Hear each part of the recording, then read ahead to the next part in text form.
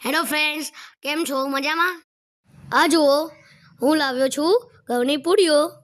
કવને ઘઉંની પૂરીઓ લાવીને એક બાજુ મૂકી દીધી છે. ત્યારબાદ ફ્રેન્ડ્સ તેમાંથી નાની નાની પૂરીઓ બનાવી દીધી છે. કેવી સરસ લાગે છે પૂરીઓ, નહીં? અત્યારે પાનખર ઋતુ ચાલે છે અને આજુબાજુ ઝાડના પાંદડા પણ સૂકા નીચે પડ્યા હતા, તેને ભેગા કરીને સળગાવ્યા છે. ત્યારબાદ ગાઈઝ ઘઉંની પૂરીઓને આપણે એક પછી એક આવી રીતે શેકી લઈશું. ઘઉંના છોડનો જે દાણાવાળો ભાગ છે તેને અમારા વિસ્તારમાં ઉંબડી કહે છે. તમારા વિસ્તારમાં તેને શું કહે છે તે કોમેન્ટ કરીને જરૂરથી જણાવજો.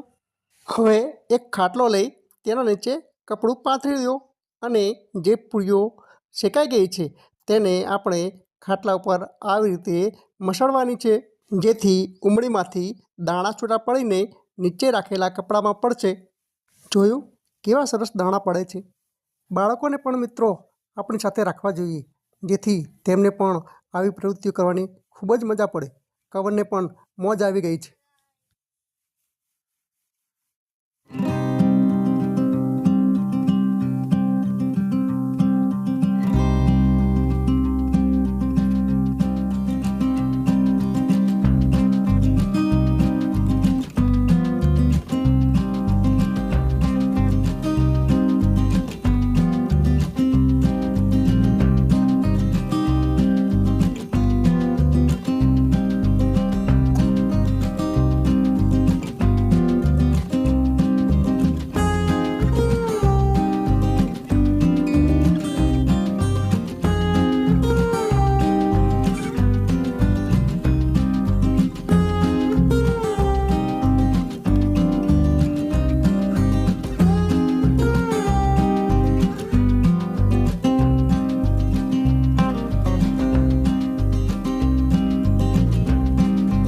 હવે ઘઉંના દાણા ઉપર જે ફોતરા રહી ગયેલા છે તેને આવી રીતે હાથમાં મસળવાથી તે પણ દૂર થઈ જશે.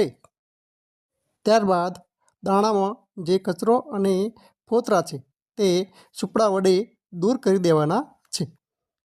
ફ્રેન્ડ્સ, આને અમારા વિસ્તારમાં ઘઉંનો પોંક કહે છે. તમારા વિસ્તારમાં તેને શું કહે છે તે કોમેન્ટ કરીને જણાવશો. આ પોંક ખાવામાં ખૂબ જ સ્વાદિષ્ટ અને આરોગ્યવર્ધક છે. લ્યો, હવે પોંક તૈયાર છે. જો અમારો વિડીયો ગમ્યો હોય તો લાઈક કરો, શેર કરો, કોમેન્ટ કરો અને અમારી ચેનલને સબસ્ક્રાઈબ કરો. ટેસ્ટ ખૂબ જ સરસ છે.